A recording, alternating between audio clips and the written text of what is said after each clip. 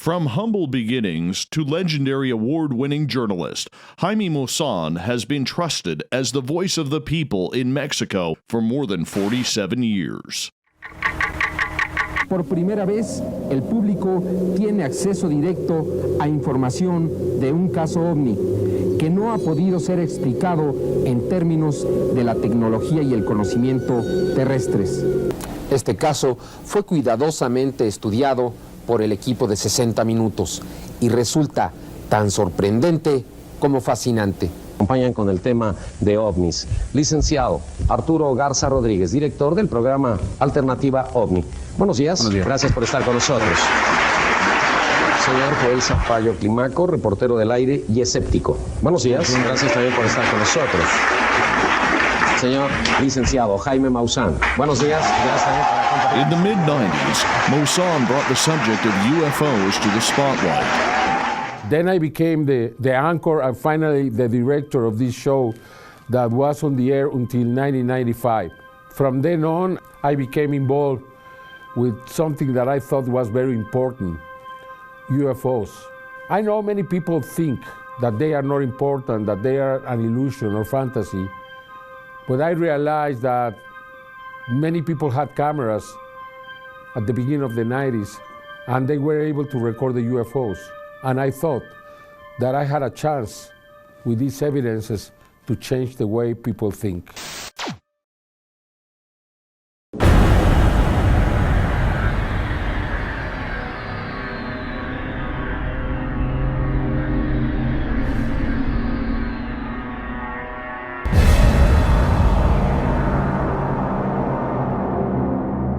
Maussan has received the United Nations Global 500 Award, 3 times the National Prize of Journalism in Mexico, the Ondas Award for Journalists in Spain. He was recognized at the Capitol in Washington, D.C. Currently, he is presenting Third Millennium News from Monday to Friday at 10 p.m. on national television. This news has set the standard for audience records for the channel A+, on several occasions. Tercer Milenio continues to be presented every Sunday on prime time after 22 years of uninterrupted transmission on Mexican TV. I was not going to be a journalist. I was going to be an administrative worker for my father. He had a company, and he wished that I was able to take care of his company. And I never thought that I wanted to be a journalist because 50 years ago, the journalists in Mexico were not very honest. They wanted money for everything they put on the TV or in a newspaper. My father was a rancher. He had bullfights. He was also empresario for big bull rings. He organized bullfights. Even my aunt was a bullfighter. Then I was going to become one. But at the same time, my father wanted me to take care of his business. But in the last day, when I had to choose my major, a friend of mine came to me and asked me what was going to be my future, what kind of major I was going to choose, business administration, something like that. And he said, "Oh, that's boring."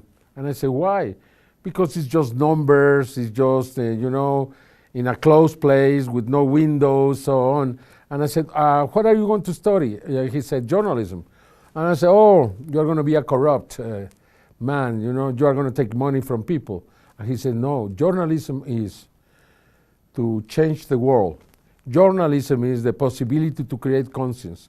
Journalism is traveling. Journalism is going into the open and reporting what you find." And I like that. And I immediately changed my major, probably the best decision I have done in my life. Then I decided, but my father didn't like the idea. And at the same time, he knew that the journalists in Mexico were corrupt. And I said to my father, "I will never, ever, Father, take any money from anyone. I'm going to be a very clean and honest journalist. And I have kept that promise until now. I've been an honest man all my life. And thanks to that, I've been able to develop credibility. When I was a young kid, I saw the destruction of nature, but I didn't know why I didn't like it. I knew that the animals were being killed, that there was business doing with animals, that anybody could take an animal from their habitats and sell it. And when I found journalism, when I found my real passion for life, I really started to try to change my world. And I was able to do it in many ways because I worked in television with the most important journalist of Mexico, Jacobo Zabludovsky, the Walter Cronkite of the US, a man that was very well known everywhere in Mexico. And I became very close to him, in many ways his right hand, even though I was almost a teenager. When I did my first report, I took my report to Cannes in France. I was just 19. And I received a scholarship from the US, from an American university, University of Ohio. And I was able to finish my career then. When I came back, I started working in journalism to try to protect the environment, to try to protect the woods and the jungles. I was able to find the monarch butterfly in Mexico there. They're hidden places where they hibernate. Fred Urquhart, a Canadian scientist, is the one who found it. I mean, is the one who really tracked the monarch butterfly. But when he published his article in National Geographic, he never said where it was. My network, Televisa, asked me to go and find the place. It took us 2 years to find it, but we finally did.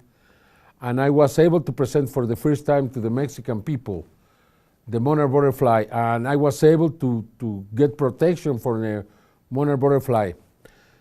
Then, working in 60 Minutes in Mexico as reporter, I was able to get involved with the protection of the turtles. In Mexico, we used to kill the turtles in slaughterhouses. And thanks to my report in 60 Minutes, they were closed. We created laws to protect the turtles, and that's the reason why some of the species of turtles have now recuperated. Then I was able to do many things to speak about the climate change or the global warming back in 1986. I was able to speak about the El Niño current in 87, or the depletion of the ozone layer in 88. We were just two journalists from all around the world who went with NASA to the North Pole to report if there was a hole in the North Pole as the one that had been observed in the South Pole. They found that no, there was not a hole, was a little bit depleted, but we didn't have the same problem because of the currents are different in both poles.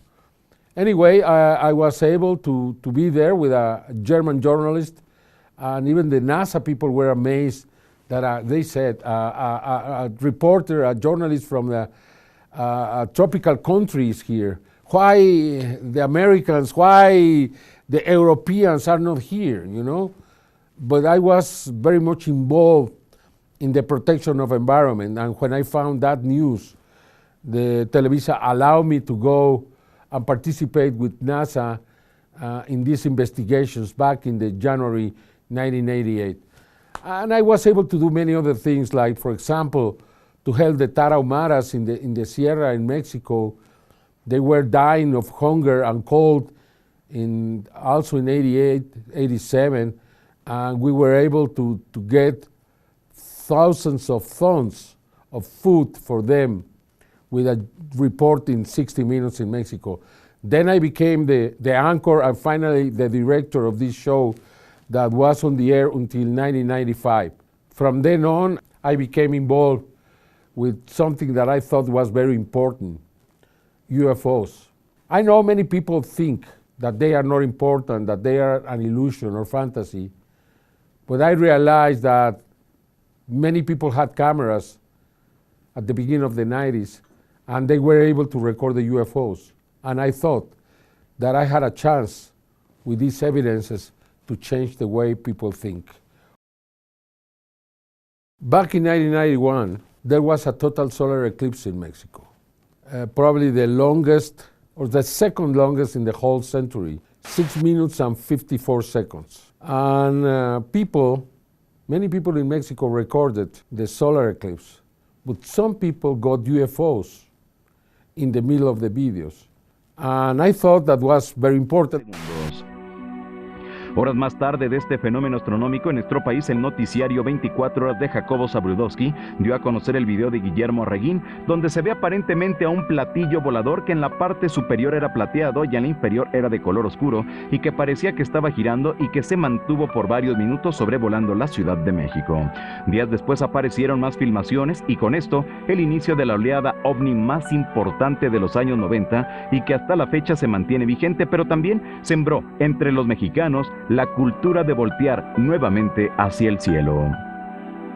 Desde luego hubo varias voces que se pronunciaron porque se trataba de una mala interpretación o que era el planeta Venus. Sin embargo, esas mismas voces al 2009 no han presentado los análisis o investigaciones pertinentes para cerrar de tajo tal polémica. Lo que sí nos queda claro es que este objeto volador no identificado fue captado desde diversos puntos de la zona centro de la República Mexicana, lo que implica directamente que no se trató de una recreación, ya que en la mayoría de los videos se ve al mismo objeto. Esta grabación le dio la vuelta al mundo y ha sido presentada en diversos medios de comunicación. El eclipse total de sol del 11 de julio marcó una nueva era para el estudio e investigación del fenómeno ovni en nuestro país, ya que ahora la sociedad tenía en sus manos el equipo electrónico necesario para videograbar aquellos objetos extraños que antes solo se limitaba a platicar o a decir yo vi, y dieron cuenta así de la importancia de las cámaras de video. I was invited to this program because I had done a report on 60 Minutes about Billy Mayer, and people identified me, but as a matter of fact, I didn't want to go to this television show because I thought that UFOs were not good for journalists, that they were very risky, and I shouldn't get involved with this. But my company, my network, asked me to go to this show, Usted ¿Qué opina? And it was so successful that they asked me to go for a second time, and I didn't want to go. I really didn't want to go. I said, that's it, no more UFOs, please. But this man insisted, please, this is the last time, let's do another show, because you know how many people saw these, millions and millions and millions of people, and I want to do a new one. And I say, okay, but this is the last one. This is really the last show. And I went there, and I was able to find these videos that were recorded by some people of the eclipse, where they found UFOs. When I presented this very early in the morning, probably 3 or 4 o'clock in the morning, it was a revolution. Thousands of people came to the television. At 5 o'clock in the morning, there were more than 5,000 or 10,000 people outside the station because they wanted to get in, because they were so excited with these videos. And after that show, nothing was the same for me in my life. I received many invitations from different universities in Mexico. Then I received invitations from international congresses around the world, and I couldn't get away. I couldn't get away anymore. Then I started, even without even thinking, to get so much involved, because people send me videos and hundreds of videos of UFOs. And then I realized that this was very important. This was a new phenomenon, a phenomenon inside the phenomenon, where people were recording these things with cameras, because everybody had a camera now. Or many people had a camera, VHS, back in 1991. And I thought, with the development of technology, more and more and more people are going to have cameras. And then I said, well, I am very sure in the future, everyone is going to have a camera, and we will be able to have many more videos, many more evidences. And I started to promote people to watch the sky. When they had time to watch the sky and record whatever it was there. I never thought this was going to be successful. But then I received one video recorded by one person, and then another, and another, and another, and then dozens, and then hundreds, and then I didn't know what to do with so much evidence I had. And 1995 ended 60 Minutes, and I received more and more invitations to present conferences. And I went all around Mexico, and I mean all around Mexico, presenting all the evidences with full theaters, and I'm talking 1,000 people, 2,000 people, everywhere. And I couldn't escape anymore. And then I became the center of this phenomenon in Mexico.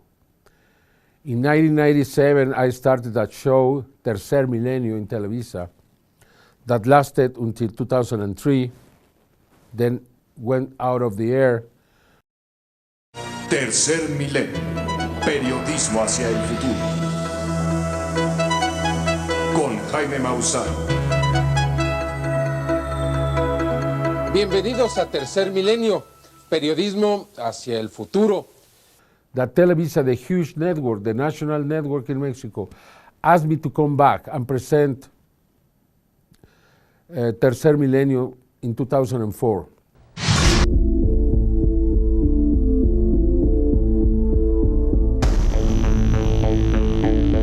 Estamos ante una realidad que cambia, que evoluciona, que cada vez está más cerca de nosotros. Mensajes claros que aparecen en los campos de trigo en Inglaterra que no pueden ser considerados obra de algunos bromistas. Nuestra labor ha sido llevar esta información hasta usted, acercarla, estar cada vez más cerca, que nos demos todos cuenta que estamos viviendo tiempos extraordinarios.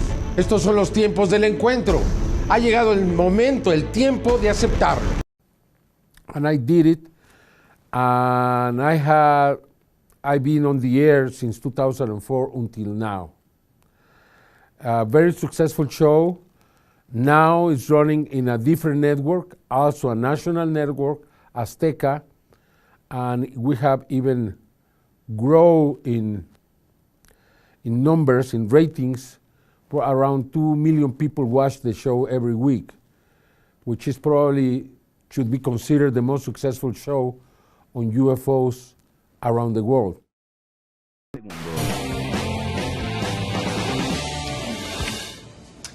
UFOs have been the stuff of conspiracy theorists for decades, often mocked for talking about it, but maybe they shouldn't be mocked. Commander David Fravor spent 18 years as a naval aviator, a pilot. In 2004, he had an unforgettable encounter with an aircraft he said was defying the laws of physics. Former Commander Fravor joins us tonight. Thanks a lot for coming on tonight. Tell us what you saw. Well, we had launched on a routine training mission. When we joined up, we were told that the event was going to be canceled and that we had real-world tasking, and we were sent out to the west. Now, take in mind that this has taken place about 100 miles southwest of San Diego, between San Diego and Ensenada, Mexico, Yep. On a clear, perfect day, blue waters. We get out to the spot where they tell us it's at. We start looking around, and both airplanes see a disturbance in the water and a white 40-foot long tic-tac shaped object just hovering above the water, going forward, back, left, right. There's no rotor wash, there's no wings, nothing. So as we drive around in a clockwise flow, we get to about the 9 o'clock position, and I said, well, I'm going to go down and check it out, and the other jet is going to stay high. So as we go down, when we get to the 12 o'clock position, it starts to mirror us. So it's in a clockwise flow, and it's on the opposite side of the circle from us. And we continue this. It's in a climb. We're in a descent. We're getting a great look at it. This whole thing takes about probably up to 5 minutes from the time we show up. I get over to the 8 o'clock position. It's at about the 2 o'clock position, and I decide I'm going to go and see what it is, and it's about 2,000 feet below me. And I cut across the circle, and as I get within about a half mile of it, it rapidly accelerates to the south in about 2 seconds and disappears. What would you estimate the speed? Oh, well above supersonic. It like a bullet out of a gun, it took off. So from what you know about aerodynamics, mechanics, physics, should this be possible, what you saw? Not with the technology that we have today. Not at all. Even now, even 13 years later, is there anything that you know of capable of this kind of behavior? No, there's nothing I know of. I mean, when we saw the video with the IR, it has no exhaust. No discernible things of anything form of propulsion. And this thing came from a dead hover over the water, just kind of moving around, to a climb up to about 12,000 feet to rapidly accelerating away in a climb, and in less than 2 seconds it was gone. And you figure you're talking 50 miles of visibility, and you can easily see an object that size easily out to 10 miles, and it just disappeared in seconds. What would be the effects on a human pilot of the G-forces involved in that altitude change? Well, the altitude wouldn't be bad. It would be the acceleration of the object. Right.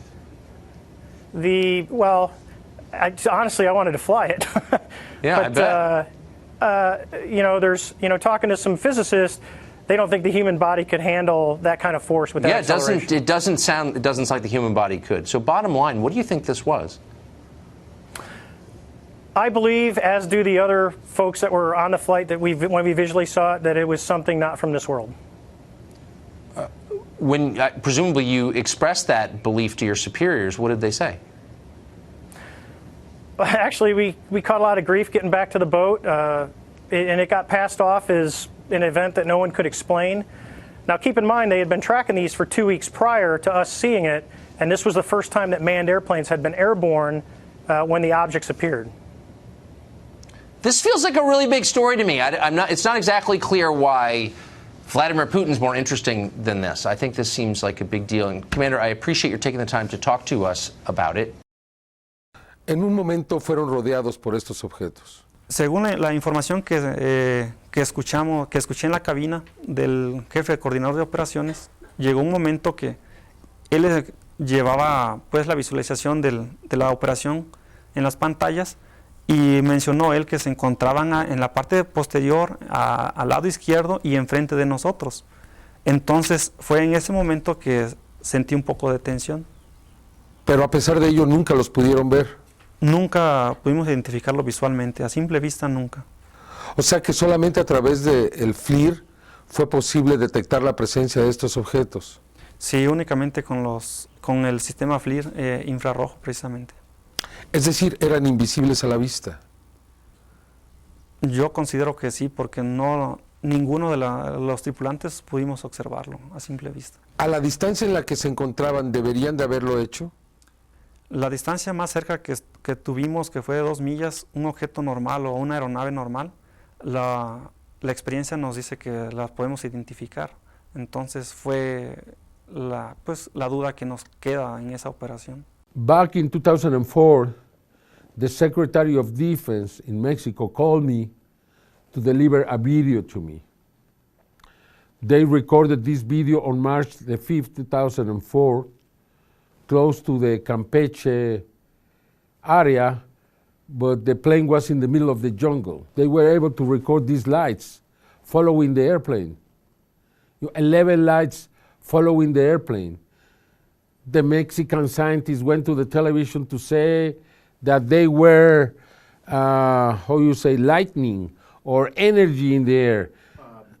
Ball lightning. 11 ball lightning following and surrounding an airplane. They went to the Secretary of Defense later and said, "Oh, we are sorry. Oh, we were wrong. Sorry." But they never said that publicly. You see? But they know they were wrong because the Secretary of Defense wouldn't deliver a video of UFOs if he knew was something else. Then I can tell you that proves that in Mexico even the authorities are ready to accept this. The only reason we don't do it is because we don't want to confront the U.S. We don't want to confront the scientists from the U.S. because they would make fun of the Mexican government and they would make jokes about that, and nobody's ready for that. Me está marcando 206 de velocidad y lleva un rumbo 301. Aquí va, aquí va. Ahí va. Ahí va. ¿Y por qué hasta ahorita lo agarras? ¿Qué es Juárez? Juárez, ¿qué es? Un punto, ahí está. Está exactamente atrás de nosotros. Es correcto, ahora está a las 7 de nuestra posición con 10.5 millas. Lleva rumbo 283 y 334 de velocidad. Bueno, estoy a punto de perderlo ya en el radar, ya está a punto de salir. Ok. Qué barbaridad. Bueno, pues ni modo. Fue contacto radar y... 31.8 millas ahora y lo estoy perdiendo. Ok. Ahí supuestamente debe llegar a Carmen. Ya no lo tengo en la pantalla, pero me sigue marcando a la distancia el radar a 37 millas. Ahora sobre Carmen. Ahí mínimo Carmen lo debe de ver. Sí, deje checo. A las 7, a la misma altura. Hay unas nubes, ahí se debe de ver.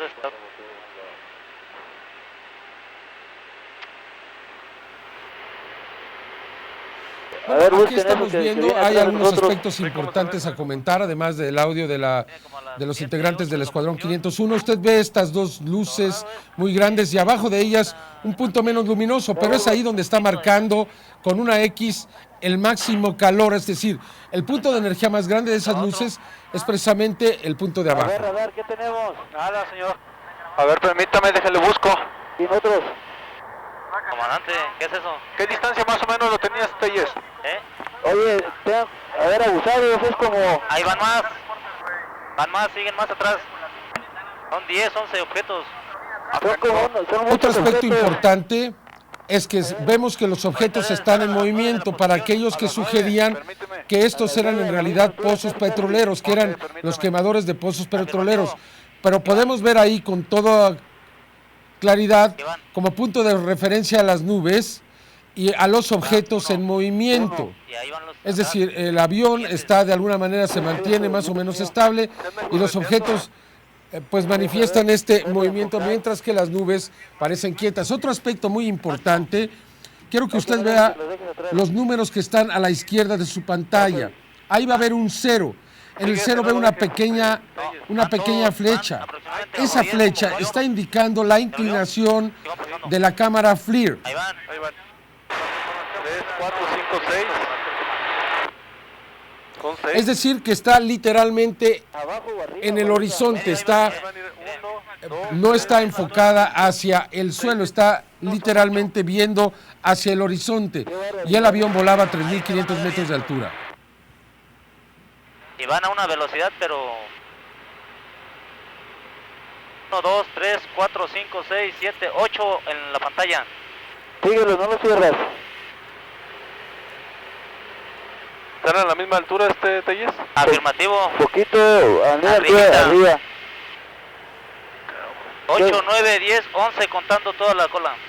2, 4, 6, 8, 10, 11. Ok, no sabemos qué estamos viendo, son unos objetos nada más luminosos que vienen a la misma altura que nosotros, pero no podemos saber qué distancia. ¿A qué distancia a qué posición lo tienes, Telles? A las 8. A las 8, 9. A las 9, no creo que lo agarre el radar, tenemos un ángulo ciego ahí, oiga. Bueno, ese es uno, pero aquí tenemos otro a las 9. Otro a las 9. Ah, aquí tengo uno, a ver, déjame checar el de las 9. Y adelante van otros dos. Y son los mismos, Los tenemos adelante, en medio y a las 8 de nosotros. Ahora, póngase los cinturones de seguridad. No me espante. Si pueden checar por la ventana, tenemos uno que va aproximadamente a la 1. Y los demás pues siguen a las 9. O sea que los tienen rodeado. Pues no sé. ¿A qué distancia? Aquí nada me indica el del radar. Jóvenes, hoy es su día de suerte. Jóvenes. No estamos solos. No estamos solos, de veras. Qué cosa tan rara, Nos están rodeando. Oye, ¿qué tienes a la 1? A la 1 lo tengo a 14.8 millas, a la 1 con rumbo 99 y 52 de velocidad. Es el que él está siguiendo uno, yo estoy siguiendo el otro. Ok, lo tiene el radar, lo tiene el FLIR, lo estamos viendo en el FLIR. Es un objeto luminoso. Lleva rumbo contrario a nosotros, pero no nos deja. Está 2 millas atrás de nosotros. No se nos separa, es más. No se separa. Fíjate, lo que no detectó el radar en toda su vida, ahorita lo está haciendo. Qué raro, I received a call from the Secretary of Defense in Mexico. He asked me to come. I had an appointment. I went there. I sit down in an office. Nobody was there. And when I realized I was in the drug traffic, from the military administration, from the military, and I said, Jesus Christ, what happened? Did somebody say that I did something? What I'm doing here? Jesus, I have to go. I have to go. This is not good. And then they came and said, Mr. Maussan, can you come with us, please? And I said, Jesus Christ, what is going to happen now? And they took me to a little theater, and they put the video, and they just said, can you explain this, please? And I saw it, and I said, Jesus, are these things following the airplane? Yes, and they surrounded the airplane. Yes. Can I talk to the pilots? No, first tell us what you think. And I said, well, I think they are UFOs. The video had been recorded with a FLIR camera. This camera was, in 2004, just for the military. It was a very specialized camera that could track the infrared and could track the heat in the airplanes. They were using this camera in this airplane because they were looking for narcotics, from drugs from South America, and they were in the area where is the shortest in Mexico from coast to coast, and the airplanes had to go through there, and it was fairly easy to track these drug dealers, and they used this special equipment. And the military saw these lights. They couldn't see the lights with their eyes. They just saw it with the camera. But they knew they had a screen in the airplane, and they were looking at the screen, even though they couldn't find it in the air, in the atmosphere. It was in the camera, and they got very nervous, especially when they were surrounded by these lights. The captain turned off the navigation lights because he thought he was going to be confronted by these UFOs. Then some people came and tried to explain that video, saying that they were oil rigs. Letting off fire. Exactly, and some other things, some missiles, and so many really crazy things. But the military were there every day for many hours in the same place, and they never saw something like this. And they couldn't explain it. When I told them that these were UFOs, they said, okay, thank you very much, Mr. Maussan, and I left. They didn't tell me anything else. I received a call again a couple of days later, and they say, the Secretary of Defense wants to see you personally in his office. I went there, and then he asked me, what do you think they are? And I said, UFOs. Can I talk to the crew? You will. You will. You are going to be the only one who is going to do that. I'm going to give you the tape. You can do whatever you want. Just remember that you have the honor and the pride of the Armed Forces of Mexico in your hands. Be very careful. Al hacer un viraje ya para enfilarnos hacia Campeche, el operador de la cámara FLIR detectó un blanco sin forma, únicamente brillaba. Se detectó con la cámara infrarrojo y siempre se le estuvo observando con esta cámara. Más adelante vimos otros blancos hacia el costado izquierdo de la aeronave. Me parece que eran 11 blancos. Nunca los tuvimos a la vista. En este caso, estos 11 puntos que producían calor y que se ven a través de las imágenes del FLIR, podemos suponer entonces que a pesar de que no se veían, ahí estaban. Ahí se encontraban y se tenía referencia por las posiciones que siempre estuvieron a la izquierda de nosotros, volando a la misma altura y aproximadamente a la misma velocidad. Pues se jugó con las ganancias tratando de encontrar una imagen, y en todo momento se mantuvieron puntos calientes completamente. ¿Muy calientes? Muy calientes, o sea, no se encontró una forma irregular, o sea, siempre fueron círculos. ¿Esto es irregular con respecto a aeronaves que usted haya detectado anteriormente? Sí podría ser irregular porque no se tenía forma, no tenía forma alguna de algún objeto que yo haya visto con anterioridad. Es decir, este suceso, usted no tiene antecedentes previos a algo similar. Nunca me había pasado y es algo así que pues no sabría qué decir, qué era. No tendría algún objeto que pudiera relacionar con esto que sucedió. If somebody asks you who gave you this video, I thought, oh, he's going to say, you don't know who gave you this. You are going to say that the Secretary of Defense gave you this video. And I said, Jesus Christ. My pants almost fell down. I had this evidence, they have given me this evidence, and the Secretary of Defense of Mexico was supporting me, whatever I did with this. I felt a big responsibility. I investigated everything I could with this tape. I had a chance to interview all the crew, the captain and the cameraman and everyone that was inside the plane. And all of them told me, this is real, we've never seen anything like this. And then I presented this video in a national television program in Mexico, in the newscast, in the most important newscast, on May the 9th or the 10th of 2004. Next day I gave a press conference, and all the international media came to the press conference. I gave them this video, and next night, or that night, it was everywhere around the world, in every single newscast. I don't think there is a sighting of UFOs that has been presented everywhere like this happened in 2004. And then I thought that I had done my job the best I could. I never expected that the explanations that were going to be given to this video, incredible video, were going to be so stupid as they were. El 5 de marzo del 2004, en un vuelo sobre Campeche, la torre de control de la Fuerza Aérea Mexicana se percata del avistamiento de varios objetos luminosos.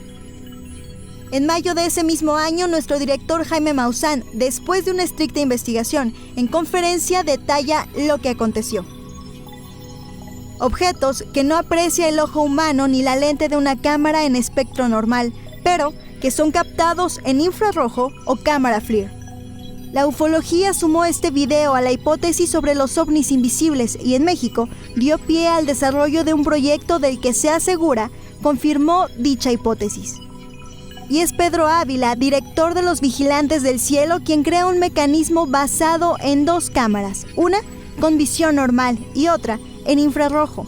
Estas se encuentran montadas, apuntan al mismo objetivo, con igual calidad de zoom, pretendiendo una imagen encuadrada, logrando así un sistema de grabación paralela, donde un aparato logra captar lo que el otro no, es decir, aquello de lo que el ojo humano no se percata. Empiezo a hacer algunas pruebas, empiezo a ver el cielo, a tratar de captar las cosas que ahí se mueven y empiezo a percatarme que sí hay objetos invisibles al ojo humano, que no son detectados tampoco por la cámara normal y que solamente a través de la cámara infrarroja se pueden captar. Ahí está, es un punto luminoso, no es un reflejo porque vean, muevo la cámara hacia la derecha, regreso a la izquierda, ahí está, bajo, subo y ahí sigue. Lo curioso es que con los binoculares no lo puedo ver tampoco. Voy a tratar de hacer un acercamiento, a ver de qué se trata, ya que esta es una ruta aérea. Por ahí se escucha un avión, voy a guardar silencio para poderme acercar a él. Uy, se está apagando, se está apagando. Uy, ya se apagó. Ah, caray. Y fue en julio de ese mismo año donde para muchos este video confirmó lo que anteriormente solo se especulaba. Y entonces demuestro al mundo de que esto es posible, de que se pueden captar imágenes de objetos invisibles al ojo humano a través de la visión infrarroja. Cuando yo desarrollo esto, un grupo de franceses, algunos científicos y algunos otros investigadores, crean 3 programas de investigación. Incluso crean una especie de un observatorio especial para grabar ovnis de esta manera y todo. Y al programa principal le ponen mi nombre en honor a lo que yo hice con este descubrimiento. Y en la página principal de The Europe UFO Survey se encuentra la descripción de este mecanismo, además de un reportaje en su canal de YouTube en honor a Pedro Ávila, quien desde su habitación diseñó este mecanismo y ha registrado en el Instituto Nacional de Derechos de Autor. Y a mí me da mucho gusto que sea una aportación mexicana, porque bien sabemos que México es punta de lanza de todo lo que tiene que ver con el fenómeno ovni. Técnica de videograbación simultánea en espectro normal e infrarrojo. Ese es el nombre oficial de este sistema, un desarrollo de Pedro Ávila, un mexicano que vigila el espacio aéreo. A él se le atribuye la paternidad del mecanismo que se asegura es una herramienta para la investigación del fenómeno ovni a nivel mundial. Bueno, primero que nada me da mucho orgullo saber que lo que yo estoy presentando es algo real, es algo verdadero. A Pedro Ávila, director nacional de los Vigilantes del Cielo, quien desde esta pequeña ventana ha logrado videograbar los objetos voladores no identificados más sorprendentes, se le atribuye la paternidad y autoría de este sistema, llamado oficialmente técnica de videograbación simultánea en el espectro normal e infrarrojo. After I learned that there were UFOs that were invisible to the eye, I proposed that idea on television. And Pedro Ávila, a UFO hunter who cannot walk, he's in a chair, he's looking to his window all day long, built a device to put 2 cameras, one infrared and one normal spectrum. And he was able, it's the only time that this has ever been done everywhere, where you have a camera recording in the normal spectrum and the other camera in the infrared.